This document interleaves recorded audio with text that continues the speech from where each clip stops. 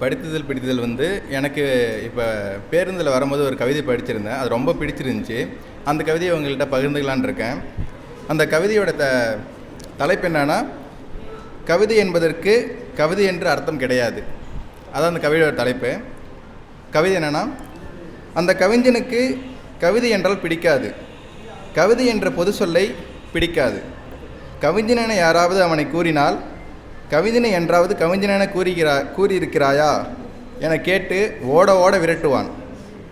பத்திரிகையில் வெளிவந்த கவிஞன் ஒருவனின் மொழி ஒழுங்கை படித்த பின்பு அதன் அனர்த்தங்களை மைய ஓடை பற்றியும் சொற்செறிவின் மனோநலம் பற்றியும் இதுவரைக்கும் தன்னிடம் யாரும் சிலாகிக்கவில்லை என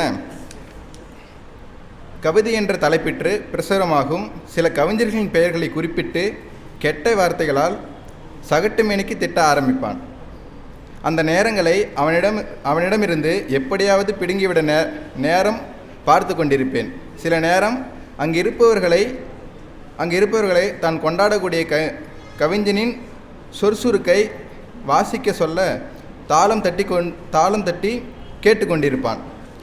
எனக்கு பதைபதைத்தபடி இருக்கும். சொல்லும்படி இதில் ஒன்றுமில்லை என கூறியவர் மீது ஒரு நாள் காரி உமிழ்ந்த பின்பு அவனின் நட்பு வட்டாரங்கள் குறைய தொடங்கியது. இப்போது நான் மட்டுமே அவனுடன் இருக்கிறேன். அதுவும் நான் அவன் என்பதாலேயே. இல்லை என்றால் கிறுக்கு பயல் சகவாசம் நமக்கு எதுக்கு? நன்றி.